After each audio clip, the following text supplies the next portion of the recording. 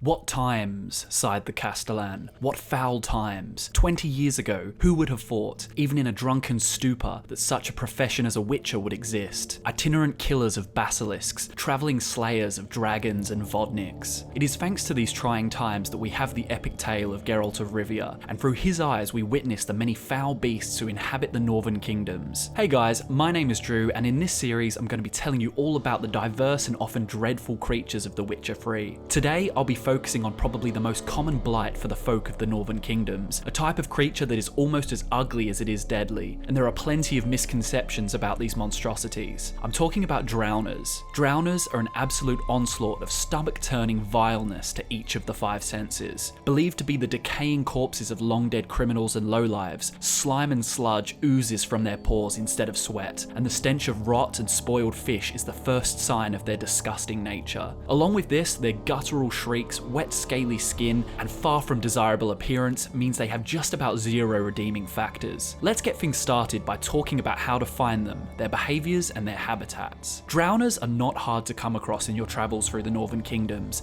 In fact, they're so abundant that they plague the common people more often than those who go hunting for them. To find yourself a drowner, simply seek out a body of water, be it natural or artificial. These foul beasts are far from picky, and will plague freshwater and saltwater alike. They can be seen skulking around the shores of lakes and rivers, or even mill ponds. They live in the ocean depths too, and those who wish to take a trip down into the sewers best be on high alert, as you're almost guaranteed to see them knee-deep in muck, waiting for victims. Now, if we take a closer look at these things, we'll see that they are in fact humanoid. Skinny, long-limbed, with a huge head and distended belly, but still humanoid. Their proportions are off, but it's hard to deny that they share much of the human anatomy. And while they're not going to be attracting even the most desperate suitors, you can even say they look human. The misconception is rife throughout the Northern Kingdoms, as many believe drowners were once drowned men, somehow rising from the dead to prey on the living. The misconception is so prevalent that even the Bestiary entry from the first Witcher game depicts them as such. The entry reads, "Drowners are scoundrels who ended their wicked lives in the water. Drowned alive or thrown into deep water after death, they turn into vengeful creatures which stalks the inhabitants of coastal settlements." It's easy to justify why this explanation may have come about. I mean, think about it. In a world plagued by creatures like these, regular people need an explanation that makes sense, one that justifies the order of things and protects them from chaos. What creates an undead monster, one asks? Well, another responds, never turn to a life of crime or think to commit an act as treacherous as suicide, for if you do, look what'll happen to you. I wonder how many washerwomen or fishermen reconsidered their outlook on life after hearing such rumours. Many depressed villagers would have foregone the easy escape and stuck to their humble work to avoid plaguing their loved ones after death in an endless state of mindless destruction and corruption. This explanation may be somewhat true, but it would appear that this belief does not prove the origin of the drowners, especially considering the fact that if drowners were nothing more than the reanimated corpses of a criminal, how could their anatomy change so drastically? Gills, fins, webbed claws? The reality is that drowners were created post-conjunction, and for those who are unfamiliar with this, there was an event that took place 1500 years before the events of the Witcher novels, known as the Conjunction of the Spheres. And this conjunction led to the trapping of many unnatural creatures within the world of The Witcher. I could go into much more detail on this ominous event, maybe in a future video, but I'll summarize it by saying many of the monsters witches are contracted to kill are not ecologically grounded in the world. They didn't come about through pure evolution or nature. Think of it like importing a species from one country to another in real life, except with the Conjunction of the Spheres, the creatures were imported relics of times long forgotten.